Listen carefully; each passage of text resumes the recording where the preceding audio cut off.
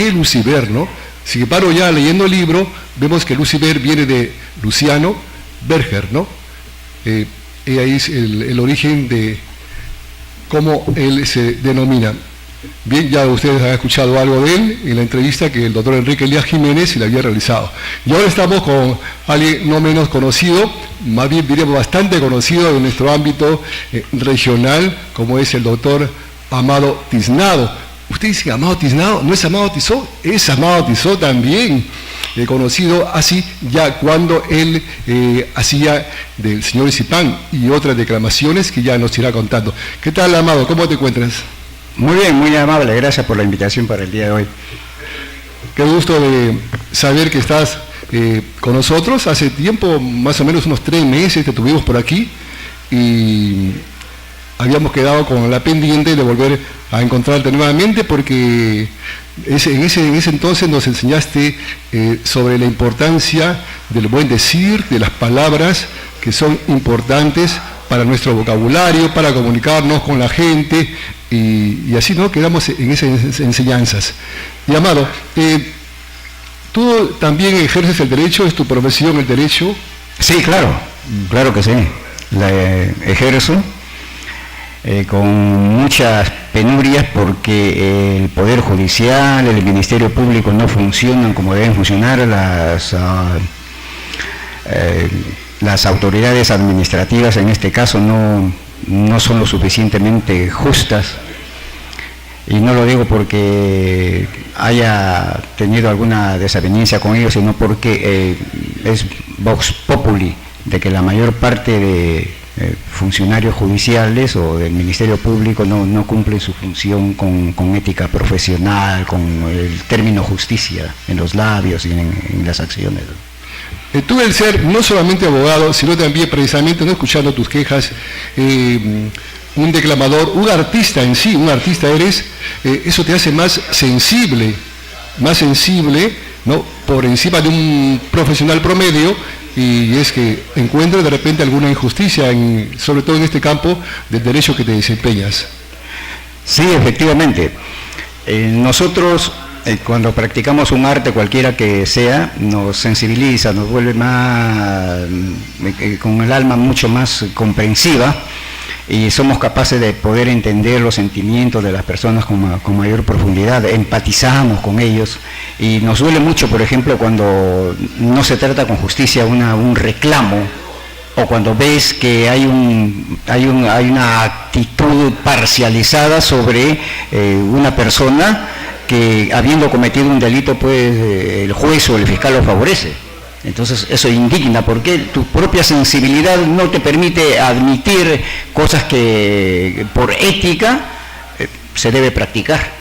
¿No cree que las leyes a veces son un poco frías? No, son frías en el sentido de no tener en cuenta cada caso específico, ¿no? Es una ley general como una medicina, ¿no? Una medicina, no, si está usted mal de la cabeza, tome aspirina, pero hay personas que por su edad, por su estado, no pueden tomar aspirina, ¿no? Igual también la ley aplica para casos generales, pero está en el concepto, ya en criterio de cada juez, el saber aplicar la ley.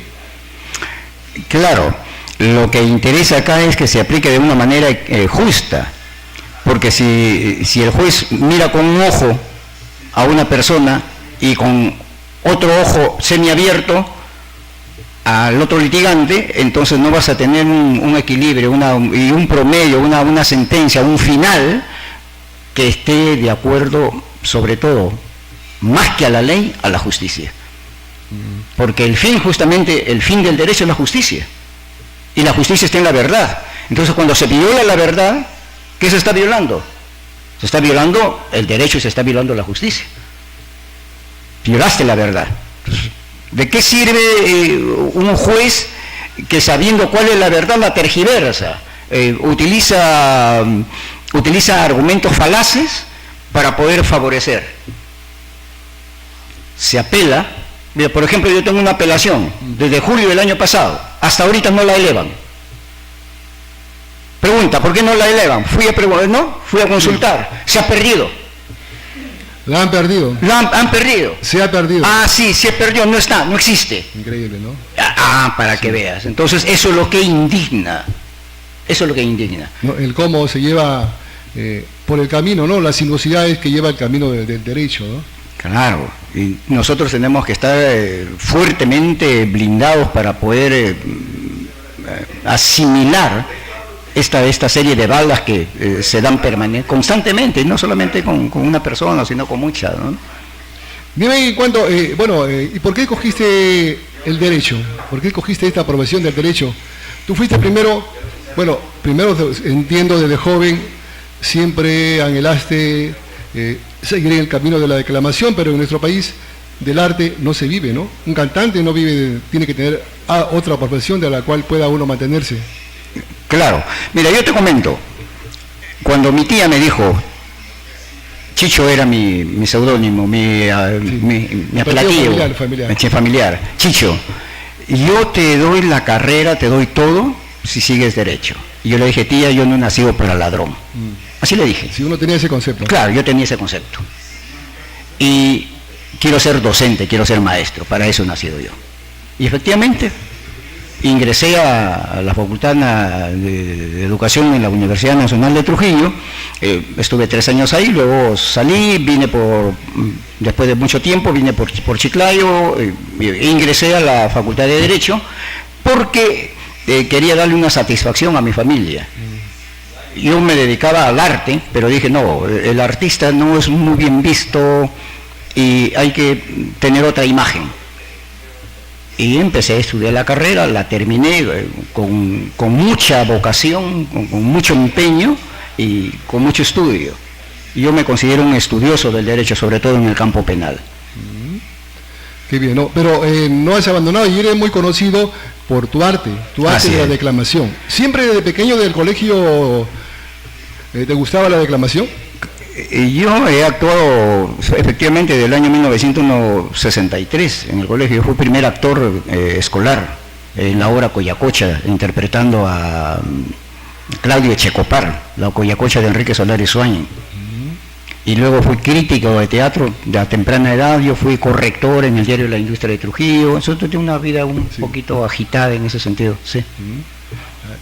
Parecido a lo que a mí me ha gustado siempre, ¿no? El arte, el canto, la corrección también. A veces tengo el feo defecto a mis amigos corregirles, ¿no? Y el Facebook le corrijo yo los acentos, todo, pero a veces uno se da cuenta, y tú te has dado cuenta como profesor de oratoria, de que no se le puede corregir mucho a las personas porque pueden ofenderse cuando uno les hace una determinada corrección. Sí, incluso, sí, claro que sí. Hay algunos que dicen que es su forma y eso debe prevalecer porque es él. O sea, mira, yo soy así y quiero ser yo mismo. Entonces, déjame hablar, el asunto es que me comprendan. Claro, te van a comprender, pero no en el sentido estricto de la belleza de la expresión. Te van a entender, pero no va a agradar la manera como lo haces, o la forma como lo dices. ¿Tus hijos, cuántos hijos tienes? Yo tengo 5. 5 hijos. ¿También les gusta el arte en general? Sí, a mi esposa también. También. Mi esposa ¿Tiene una afinidad por ahí con tu esposa? Sí, claro. Mi esposa fue primera voz de Voces del Alba, con Rosita Morán, que ya falleció. Claro. Y mis hijos 4 han sido campeones de declamación. Uno es el que poco quiso ingresar, pero se desanimó por ahí. Pero los demás sí interpretan. Un hijo tuyo ganó el festival, ¿no? De Enrique Elías Jiménez de canto y declamación. Sí, ganó uno, el último, José. Sí. José. Bien, claro, sí. Buen representante, buen heredero tienes ahí. Sí, todos interpretan muy bien, todos. Mi hijo, el mayor, ganó el segundo puesto a nivel nacional en artistas que se presentaron en la Fiscalía de Lima, a nivel de fiscales y del Ministerio Público. Qué bien. Y Amado ocupó el segundo lugar a nivel nacional. Amado, ¿no? ¿Y tu nombre es Amado? Sí, Amado. Amado, ¿no? Claro.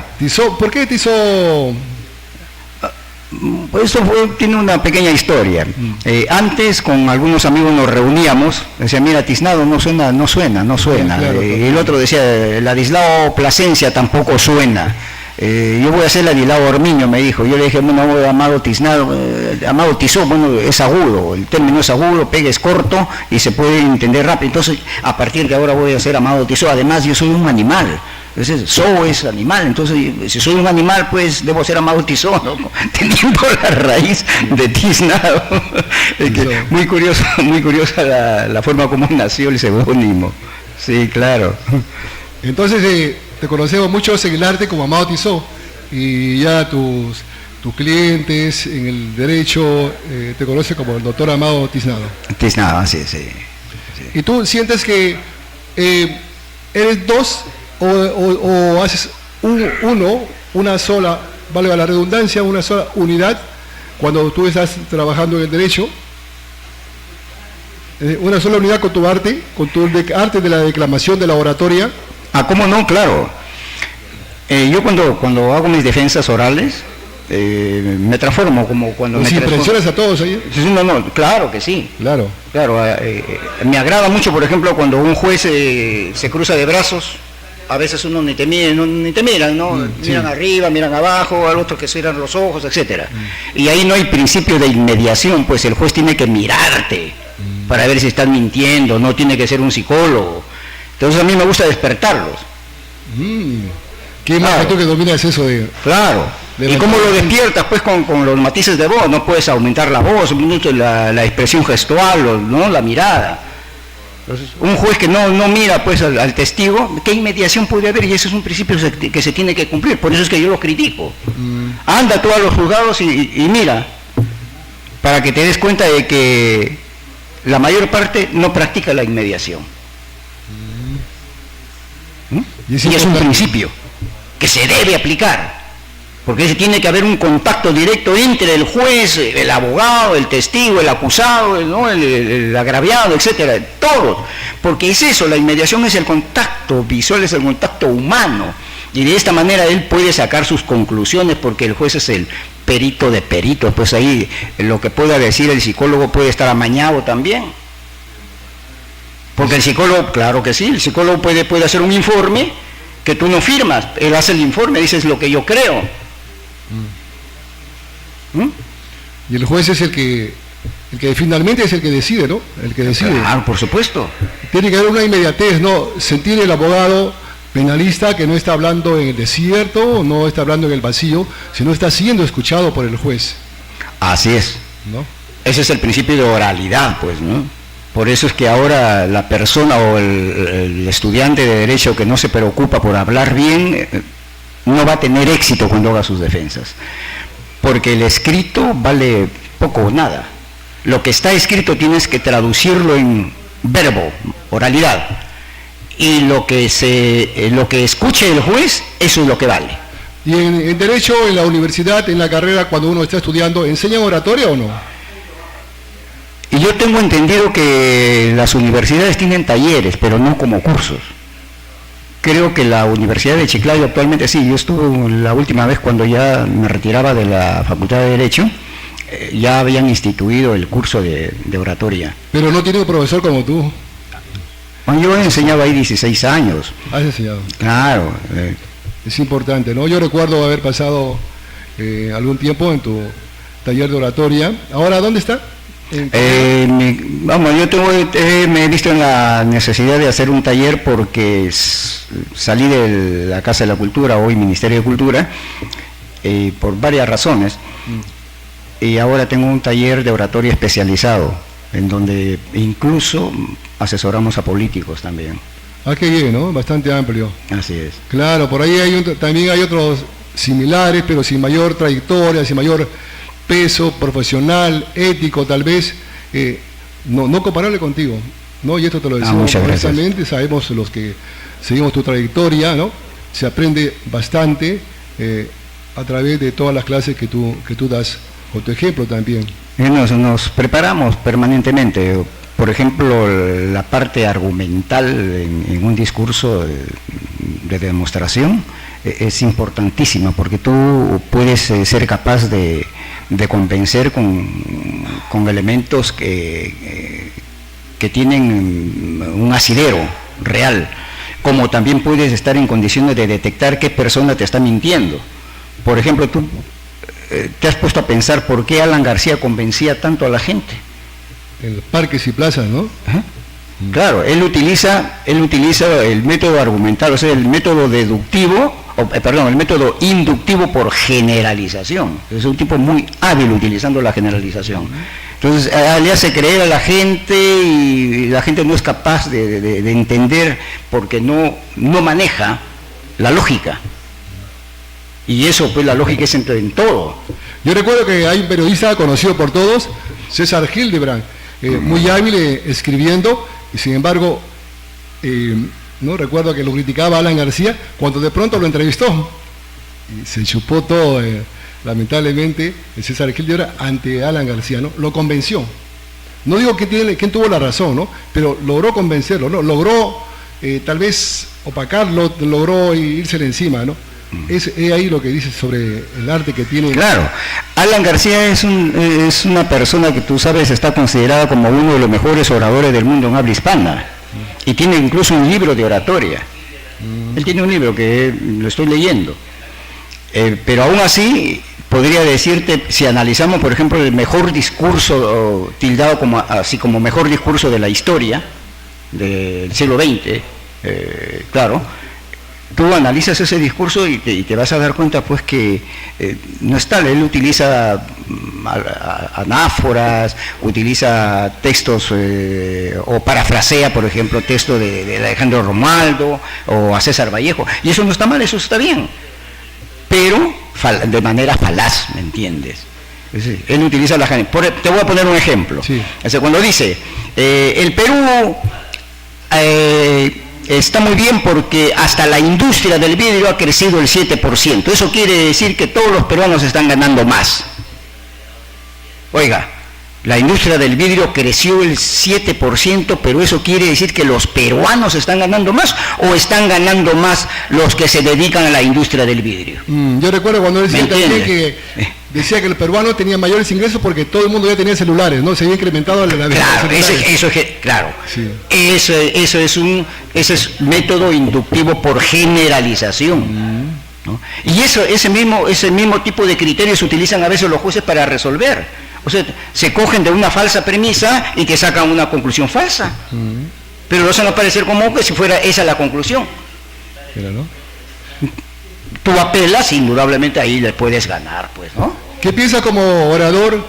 He visto muchas veces exposiciones, presentaciones de diferentes profesionales que se limitan a pasar un proyector, ¿ya? ¿no? Apagan las luces, pasa el proyector en el ecran, se ven textos, imágenes, todo, y solamente se limita a describe, acaba, pasa a la otra imagen, describe, y finalmente después no dice nada, ¿no? No dice nada, solamente ha descrito lo que uno está leyendo. Pero yo creo que más convincente sería que expusiera, ¿no? De repente hiciera un enlace de todo el tema y explicara para llegar más a ese público. Yo recuerdo haber estado una vez en el Colegio de Periodistas, ¿ya? Y la presentación era proyección de... ¿Pero qué? ¿De imágenes o proyección de textos? Texto, todo. No. Mira, yo estaba leyendo lo que todos leíamos, entonces claro, finalmente claro. Muchos se quedaron dormidos porque te apagaban la luz. Yo te voy a decir algo al respecto. Mira, el expositor que utiliza un ecran, una pantalla, para leer, ese expositor no sabe. No sabe. El buen expositor te pone dos cosas nada más, 2 palabras, 3 palabras ahí, nada más. O te pone una imagen. Claro. Y a base de la imagen te desarrolla el tema. Te puede poner otra imagen, o sea, las imágenes pueden ser secuenciales sobre el mismo tema. Claro. Pero no tiene por qué poner las letras ahí en su conjunto y empiezan a leer. No, ese no sabe. Muchos se quedaron dormidos. Claro. Yo me voy. Pues ¿sabes qué le digo? Entrégame va a estar en internet, va en su Facebook, en su correo, etcétera. Ya, muy bien. Ahí lo voy a leer. El café lo sirvieron cuando había acabado la exposición. Pensamos que el café lo hubieran dado antes para no dormirnos, ¿no? Así es la cosa, ¿no? Yo pienso que se debe dar más importancia a la oratoria en todo tipo de profesiones, ¿no? Se le pasa por alto y no es así. Mira, te puedo decir algo, amigo Buccelli, Marcos. Los profesionales pueden ser muy buenos técnicos, pero tú te encuentras con 100 buenos técnicos, pero busca un líder. Entre los 100 de repente no hay uno, porque el líder tiene que saber hablar. El líder que no convence, que no es capaz de introducirse en el sentimiento, en las pretensiones de la gente con la que trata, no podría transmitir lo que se quiere. Un líder debe saber hablar, es decir, un profesional de éxito tiene que saber hablar necesariamente. Y si lo aplicamos eso a la política, vemos tal vez la gran deficiencia que tuvo el expresidente Kuczynski. Tenía un déficit en cuanto se refiere a la oratoria, ¿no? No solamente Kuczynski. Se sentía burla, ¿no? Y se reía nomás. Yo recuerdo que el reo Alberto Fujimori recibía sus discursos escritos y los leía mal. Por ejemplo, decía: hemos hecho préstamos internacionales por 200 millones de dólares. ¿Qué es eso? Es una infracción a la buena articulación de las palabras. Las palabras deben ser pronunciadas en su integridad, todas sus consonantes, todas sus vocales, todas sus sílabas terminales o las iniciales de la siguiente palabra que completa la oración deben ser escuchadas.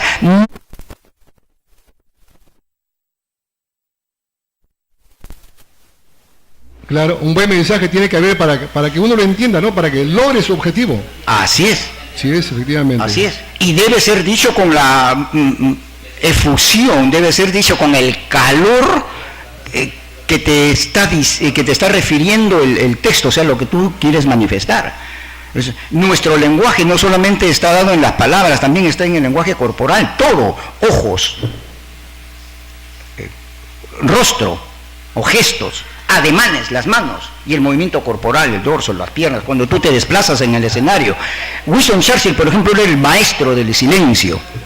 Hacía una pausa, pero esa pausa era reemplazada con una mirada, con una actitud, y eso es lenguaje. Adolfo Hitler era el maestro del desplazamiento escénico. Vladimir Ilich Ulyanov es un maestro de los ademanes, del manejo de la parte del tronco, de la parte superior. Entonces, estamos hablando acá de líderes que tienen una trascendencia pues importantísima y que han dado una enseñanza, cada cual dentro del campo que dominaba. Hubo un papa que había sido actor. No recuerdo, pues ya murió el papa. Y eso también le es útil. Por supuesto. Un sacerdote para que pueda, una oratoria, y no se queden dormidos todos los fieles, los infieles. ¿No? Tiene que dar un buen sermón, ¿no? Claro. Para todo sirve la oratoria, efectivamente. Y no solamente una oratoria un tanto ceremonial, ¿no? Sino el saber expresarse. Por ejemplo, mira, te cuento, hace menos de 48 horas fui del Hospital Nairán al Hospital Almanzora Aguinaga, una referencia de cardiología. Llegué a admisión, la señorita me dijo: señor, véngase en media hora. Cumplí la media hora, hice la cola. Véngase 20 minutos. Ya estaba subiendo la temperatura, ¿no? Se me subía la presión y justo había ido por la presión. Y luego, véngase en 15 minutos. Le digo: señorita, mire, me está haciendo venir varias veces y no me explica el por qué. No es que la doctora tiene que avisar, pero le digo, si ya tiene la referencia, el doctor, ya el cardiólogo, ya avisó. Pero ya no eso puede decir que la que tenía que avisar era la doctora, efectivamente, la jefa de ellos de admisión. O sea, admisión tiene que admitir, porque también, valga la verdad, no va a ir a la Almanzora Aguinaga de todos lados, ¿no? Sin mayor supervisión, ¿no? Médica. Entonces, le faltó saber tratar al paciente, ¿no? Claro. Sí. Claro. El paciente que llega, uno no llega a una fiesta, ¿no? Al hospital uno llega porque tiene una dolencia, no llega entonces hay que saber comunicar. Mal enfermó al paciente. Claro, es que hay que saber comunicar. Hay que saber, no se trata de decir: ¿sabe qué, señor? Regrese dentro de 20 minutos. Claro. Te lo puede decir con una sonrisa: señor, disculpe usted, en 20 minutos llega la doctora y es la firma de la doctora la que le va a permitir a usted atenderse. Disculpe. ¿Qué cuesta eso? Eso no cuesta nada. Pero no, ¿sabe lo que sucede? Es que los empleados públicos y aún los particulares se creen dueños de la institución o de la empresa. Y es muy malo Y no recuerden que son la imagen, claro, la imagen ante el público de la institución. Claro. Y es muy malo, te digo, que tú tengas en un lugar X a una persona por mucho tiempo, porque se apodera de ese lugar, se cree dueña de ese lugar. Cámbiala, rótala. Sí. Rótala. Claro, hay que rotarla. Archivo que vaya dentro del archivo a buscar las hay que técnicas, rotarla. sí. Con la finalidad es que no se sienta dueña pues del lugar. Sí, efectivamente. Claro, esperamos que este programa esté siendo visto por las autoridades de la seguridad social, ¿no? Salud, y también por diferentes autoridades de entes que tienen que ver con el público. Es lo primordial, importante, el atender bien al público asegurado. Efectivamente. Lo que tú dices es tan cierto, y no deben olvidar que en la salud una palabra puede matar, como también una palabra puede sanar. Claro. Porque el don de la palabra se ha hecho para el bien y no para el mal. Amigos, entonces una palabra y ya finaliza nuestra entrevista con Amado Tizón. Amado, muchísimas gracias. Tu presencia siempre es importante aquí en el programa. Esperamos, nadie se ha quedado dormido, ¿eh? Todos han estado muchas gracias. A tus palabras. Gracias. Gracias por la invitación, Marco. Gracias.